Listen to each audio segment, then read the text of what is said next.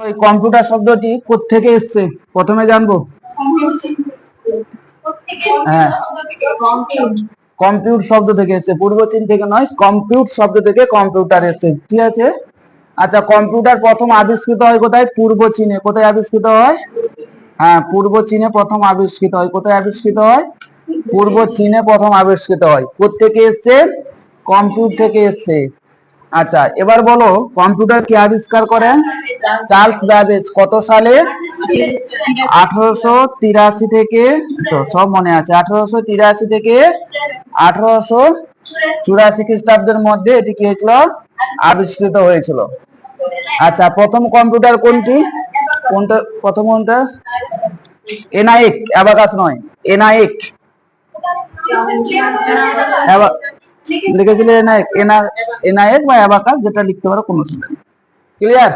তাহলে computer computer কোথায় আবিষ্কৃত হয়েছিল? পূর্ব চীনে। কি বললাম? কম্পিউটার কোথায় আবিষ্কৃত হয়েছিল? পূর্ব চীনে। কে আবিষ্কার করেন? Charles Babbage. কবে আবিষ্কার করেন? 1833 থেকে 1882 থেকে 1884 খ্রিস্টাব্দের মধ্যে। কম্পিউটার কাকে বলে?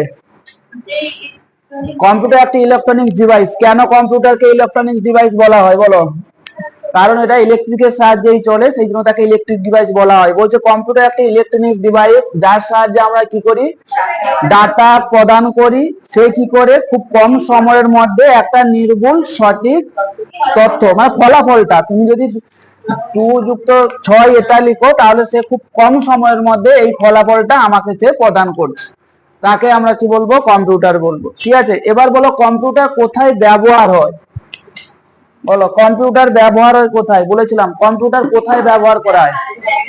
প্রথমত শিক্ষাক্ষেত্রে, সাইবার ক্যাফে, তারপরে বিভিন্ন জায়গায়, ব্যাংকে, স্টেশনে, নয়, ঠিক আছে, ঠিক আছে, বিভিন্ন জায়গায় এটা কি করা হয়?